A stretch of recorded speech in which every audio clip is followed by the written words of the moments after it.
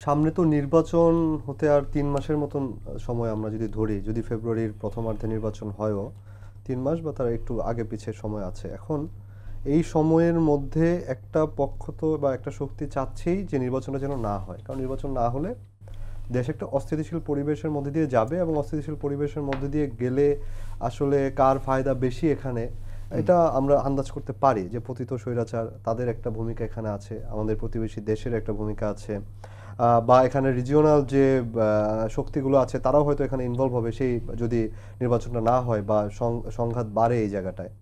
আবার ধরেন ৫ তারিখের পরে মাজারগুলোতে যেভাবে হামলা হয়েছে কিংবা যে মব সৃষ্টি করা হয়েছে বিভিন্ন জায়গায়, এই জিনিসগুলোও আসলে কিছু মানুষের মধ্যে তো ক্ষোভটা পুঞ্জীভূত অবস্থায় আছে, ৫ তারিখের পরেও আছে। তো সেগুলোও যদি এটার সাথে কানেক্টেড হয়, সেটা আসলে আমাদের জন্য কোনো সুখকর কোনো কিছু বয়ে আনবে না।